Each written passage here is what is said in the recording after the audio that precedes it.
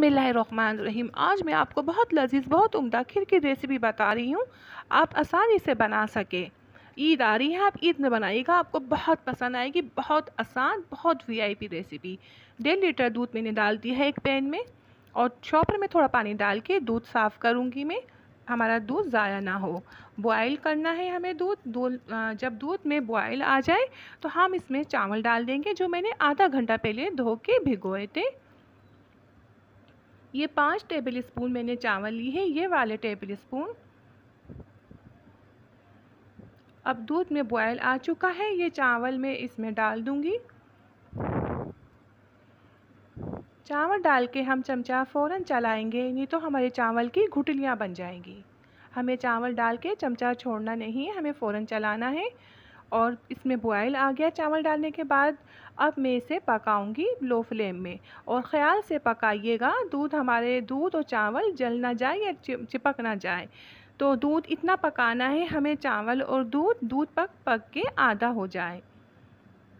तकरीबन 2.5 घंटे लगे थे, और बीच में भी चेक करिएगा आप 1 घंटे बाद या पौन घंटे बाद चावल चिपके नहीं। बहुत एहतियात से बनाइएगा, हमारी खीर लग गई या चिपक गई तो बदबू आ जाएगी, जिसका बहुत ख्याल रखिएगा।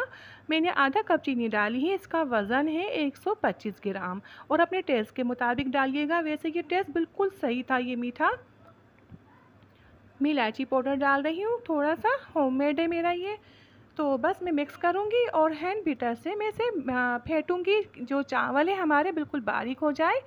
आप ऐसा नहीं करना चाहते तो आप ऐसा करिएगा, चावल पीसे हुए डालिएगा, तो आपको पीसने नहीं पड़ेंगे, जैसे मैं अभी पीसूँगी।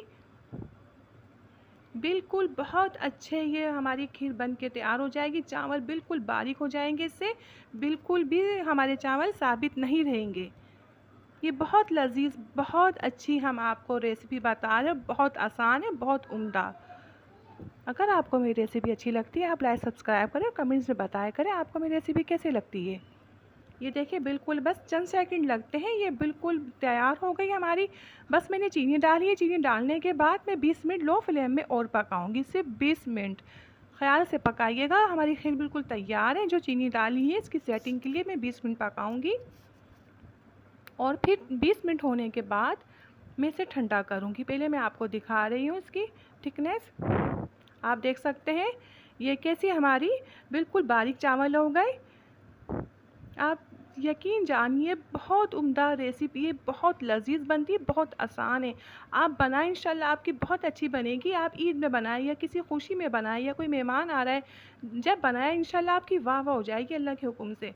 ये बहुत आसान, बहुत अच्छी हमने आपको रेसिपी बताई है। रूम टेम्परेचर में मैंने ठंडी की थी, फिर फ्रिज में रखी है। अब मैं ड्राई फ्रूट डाल रही हूँ थोड़े से। देखिए, ये हमारी बहुत लजीज, बहुत उम्दा खीर बन के तैयार है। इंशाल्लाह नई रेसिपी के साथ ही हाजिर होंगी। अल्लाह हाफिज़।